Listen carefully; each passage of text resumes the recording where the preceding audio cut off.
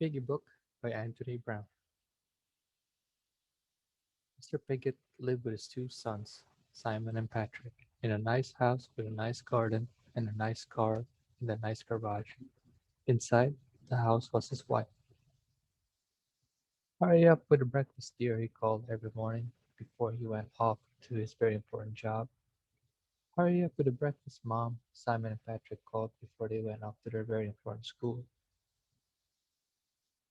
After they left the house, Mrs. Piggott washed all the breakfast things, made all the beds, vacuumed all the carpets, and then went to work. Hurry up with the meal, Mom, the boys called every evening when they came home from their very important school. Hurry up with the meal, old girl, Mr. Piggott called every evening when he came home from his very important job. When they had eaten, Mrs. Piggott washed the dishes, washed the clothes, did the ironing, and then cooked some more. One evening, when the boys got home from school, there was no one to greet them. "Where's Mom?" demanded Mr. Piggott when he got home from work. She was nowhere to be found. On the mantelpiece was an envelope. Mr. Piggott opened it. Inside was a piece of paper. It read, "You are pigs." The next day and the next night and the day after that, Mrs. Piggott was still not there.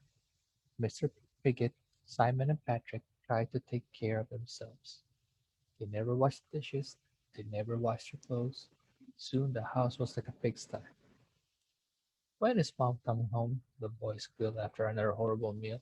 "How should I know?" Mr. Piggott grunted.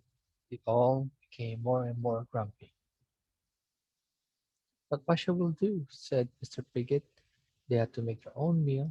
It took hours and it was horrible. The next morning they had to make their own breakfast. It took hours and it was horrible. Right, there was nothing in the house for them to do. "We just have to root around and find some scraps," started Mr. Piggott. And just then Mrs. Piggott walked in.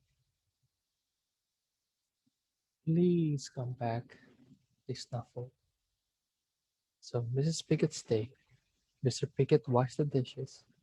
Patrick and Simon made the beds. Mr. Piggott did the ironing. They all helped with the cooking. Sometimes they even sort of liked it. Mom was happy too. She fixed the car. The end.